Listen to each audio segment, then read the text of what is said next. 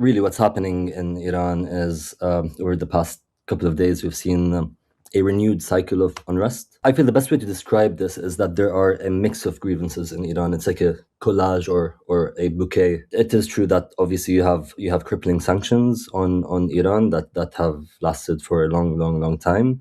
You have economic culture from outside, but you have your inflation in Iran, and you have youth unemployment in Iran, and you have social restrictions in Iran, and I think it's kind of like both things can live at the same time. They live under a very aggressive external narrative that frames it obviously as a regime against the people, and I think it's a bit more complex than that. Shah's dictatorship from 1953 and 1979 itself was violently repressive and fully backed by the West. Yeah, the Islamic Revolution was not, it is called an Islamic Revolution, but in its core, in its essence, in its discourse, was not Islamic. It was anti-imperial, it was anti-monarchy, anti-foreign intervention. On the other hand, obviously, there's the Western media, which is portraying, and the Western influence and the Western powers, and your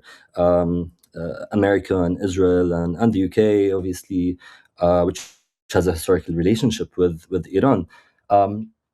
They usually collapse these complexities, and they give you the soundbite of people versus regime, which serves a foreign policy agenda more than it reflects realities on the ground, and more than um, it's not even intended to serve the people on the ground, right? They claim that they are anti pro democracy, anti dictatorship, and they want to install a king, a monarch.